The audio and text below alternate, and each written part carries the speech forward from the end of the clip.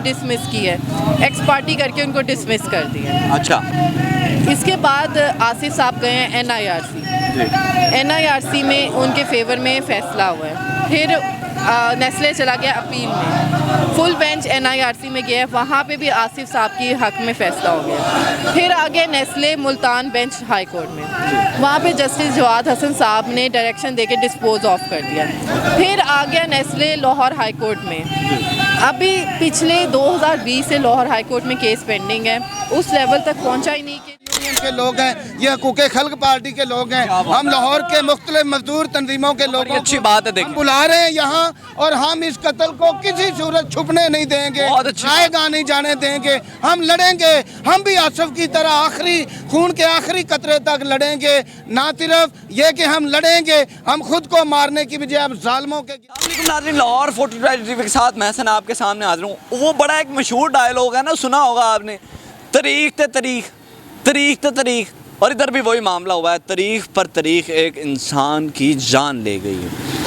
आज फैमिली किस तरह दरबदर है, डेड बॉडी नहीं दी जा रही, जब जिंदा था, जब उसको प्रोटेक्शन की ज़रूरत थी तब प्रोटेक्शन नहीं दी गई, और जब आज अपने आप को उसने आग लगा ली है, दुनिया से चला गया, तो आज DSP साहब का कहना है कि हम प्रोटेक्शन देंगे और उसके बगैर हम बॉडी नहीं देंगे। आए चलते हैं और आपको। अस्सलाम वालेकुम नाज़रीन, मैं हसन एक बार पे आपके सामने हाजिर हूँ। इंसाफ की अदम फराहमी की वजह से एक और इंसान, एक और अल्लाह का बंदा जान की बाजी हार गया।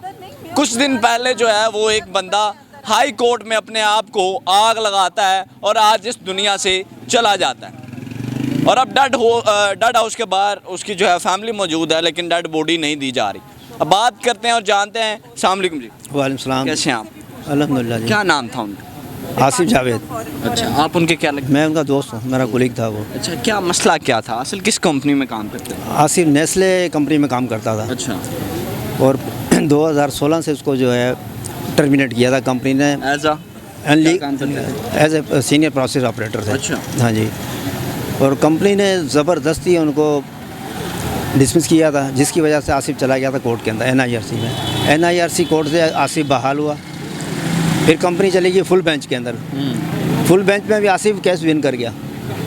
फिर कंपनी चली गई हाई कोर्ट के अंदर। हाई कोर्ट में कंपनी ने पैसा लगा के जो है 5 साल हो गए हैं, आसिफ को इंसाफ नहीं मिला।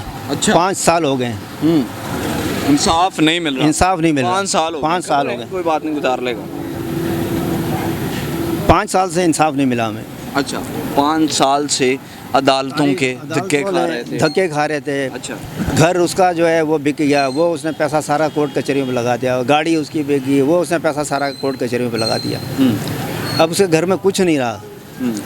इवन बच्चे फाका कशी पे आ गए थे। इस पेशी के ऊपर जो है उसने पेशी से 2 बच्चे कितने थे? 6 बच्चे हैं उसके। 6 बच्चे उसके, और बूढ़े माँ बाप भी हैं उसके। इस पेशी पे आने से पहले 2 दिन पहले उसने सोशल मीडिया पे अपनी वीडियो अपडेट की है। अच्छा, उसने नेस्ले इंतजामिया की बड़ी मिन्नतें की हैं कि मेरे घर में फाका कशी, आप मेहरबानी करके मुझे जो है कुछ दिया जाए ताकि मेरे बच्चे जो हैं उनकी फाका कशी ख़त्म हो। लेकिन बना के सोशल मीडिया पे अपलोड की, सुनवाई हुई? कोई सुनवाई नहीं हुई। उसके बाद ये पेशी पे आया, यहाँ फिर उन्होंने डेट डाल दी जज साहब ने। जज साहब ने डेट डाली, उसे दिल बर्दाश्ता हो गए कि अब मैं घर जाऊँगा तो किस मुँह से जाऊँगा। मैं खुद तो बंदा फाका बर्दाश्त कर लेता, लेकिन औलाद को फाका कशी के ऊपर बर्दाश्त नहीं कर सकता। बस ये नेस्ले इंतजामिया और इस अदालत ने उसको इतना उसको जो ज़हनी तौर पर मफलूज कर दिया कि उसने ज़िंदगी का सबसे बड़ा कदम उठाया। खुदकुशी बहुत बड़ा गुनाह है, लेकिन सवाल यहाँ उठता है कि कोई खुदकुशी क्यों करता है? और समझे वो बेचारा कितना मजबूर हो गया होगा, कितना वो अपनी ज़िंदगी से अक जाए ना। जब इंसान अपनी ज़िंदगी से बहुत ज़्यादा अक जाए, फिर वो ये कदम उठाता है। किसी का दिल नहीं करता अपने 6 बच्चों को छोड़कर चले जाना। यार, ज़िंदगी तो एक कीड़ी को भी प्यारी होती है ना, ज़िंदगी तो एक चिड़िया को भी प्यारी होती है। तो एक इंसान मौत की तरफ जा रहा है, उसको पता है कि मेरा अंजाम क्या होगा, मैं अपने आप को आग लगाऊंगा, क्या ना मरा तो मेरा क्या अंजाम होगा, उसको पता है, लेकिन वो फिर भी आग लगा रहा है। आखिर क्यों? सवाल यहाँ ये उठता है। अब वो ये भाई की बात बहुत अच्छी है, क्या वो घर जाकर क्या कहता, अपने बच्चों के किस तरह जाकर मुंह अपना दिखाता। कि भाई आज मैं फिर कुछ दिन पहले एक शख्स ने खुदकुशी की, उनके लॉयर हमारे साथ मौजूद हैं जो इस टाइम उनके केस को हैंडल कर रही हैं, उनसे बात करते हैं। जानते अस्सलाम वालेकुम। वालेकुम अस्सलाम। कैसी हैं आप? मैं ठीक अच्छा, पहले मुझे बताइएगा कि किस कंपनी में काम कर रहे थे आप? ये कर रहे थे नेस्ले पाकिस्तान कबीरवाला में जी। अच्छा, मुझे बताएं सैलरी क्या ले रहे थे? सैलरी इनकी ऑलमोस्ट 70,000 थी। ऐसा क्या काम कर रहे थे? ऑपरेटर। ऑपरेटर काम कर रहे थे। अच्छा, मुझे बताइए कि क्या एकदम ऐसा मामला आया कि एक वर्कर जो है वो कंपनी पर केस कर देता? देखिए, इनका ना कोई यूनियन, आपको पता है हर कंपनी की होती है, कोई यूनियन उस दौरान उठी है। ये 2015 का वाक़या है। तो इनका हालांकि बीच में कोई अमल दखल नहीं था, कोई इनका कोई जान पहचान थी बीच में, तो उनको भी ना बीच में करके कि आपने यूनियन का साथ दिया है, इनको निकाल दिया। इनको निकाला ऐसे है कि कोई ना शो कॉज नोटिस दिया है, ना इनको हेयरिंग का ऑप्शन दिया कि एक्सप्लेनेशन देते कि इन्होंने क्यों डिसमिस की है। एक्स पार्टी करके उनको डिसमिस कर दिया। अच्छा। इसके बाद आसिफ साहब गए हैं NIRC में, उनके फेवर में फ़ैसला हुआ है। फिर नेस्ले चला गया अपील में, फुल बेंच NIRC में गया, वहाँ पे भी आसिफ साहब की हक में फ़ैसला हो गया। फिर आ गया Nestle Multan bench high court में, वहाँ पे जस्टिस जवाद हसन साहब ने डायरेक्शन देके डिस्पोज ऑफ कर दिया। फिर आ गया नेस्ले लाहौर हाई कोर्ट में। अभी पिछले 2020 से लाहौर हाई कोर्ट में केस पेंडिंग है, उस लेवल तक पहुंचा ही नहीं कि जज साहब सुनते कि कौन हक पे है कौन हक पे नहीं है।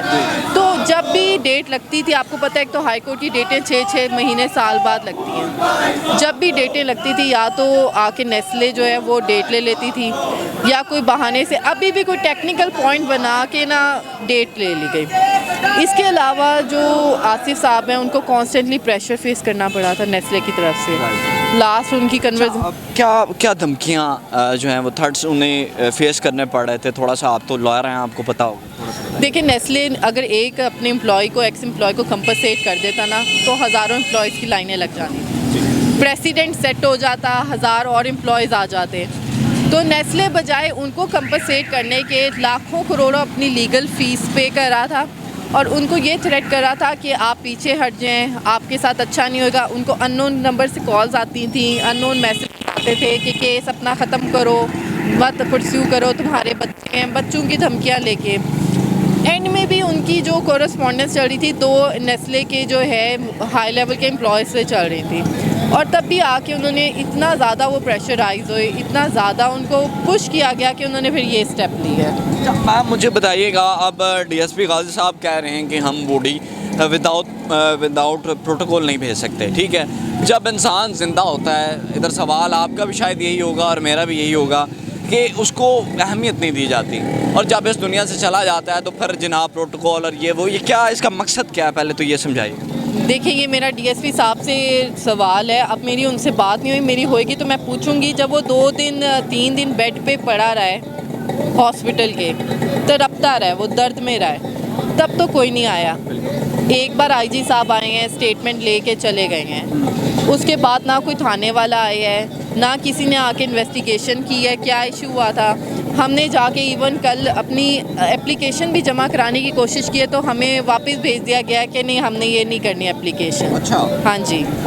तो अब वो बंदा जब इस दुनिया से चला गया है, तो ये सच क्या उसको थ्रेट है कि उसको प्रोटोकॉल मिल रही है? डेड बॉडी को क्या थ्रेट है? किसको प्रोटोकॉल दे रहे हैं? बात ये ना, मुझे बताएं कि वो किसको सिक्योरिटी दे रहे हैं? फैमिली को दे रहे हैं? फैमिली को किससे दे रहे हैं? आसिफ साहब को दे रहे हैं, उनको किस लिए दे रहे हैं? तो ये क्या है कि ज़िद लगा ली है कि हमने बॉडी को लेके जाना है, हमारी हिरासत में जाएगी, कस्टडी से रिलीज़ नहीं कर रहे हैं। तो ये सारी पॉइंट्स एक सवालिया निशान है ना।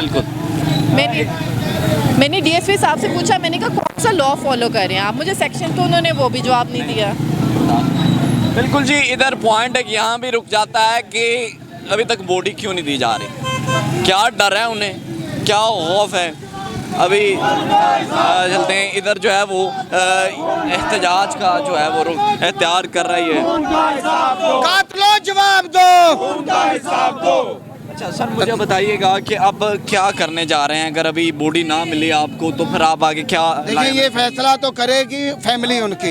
हम तो ये all Pakistan trade union federation से ताल्लुक़ रखते हैं, हम मजदूर किसान पार्टी से हैं, ये पंजाब रिक्शा यूनियन के लोग हैं, ये हकूक़ खल्क पार्टी के लोग हैं, हम लाहौर के मुख्तलिफ मजदूर तंजीमों के लोग। अच्छी बात है, देखिए हम बुला रहे हैं यहाँ, और हम इस कत्ल को किसी सूरत छुपने नहीं देंगे, बहुत अच्छी आएगा नहीं जाने देंगे। हम लड़ेंगे, हम भी आसफ की तरह आखिरी खून के आखिरी कतरे तक लड़ेंगे।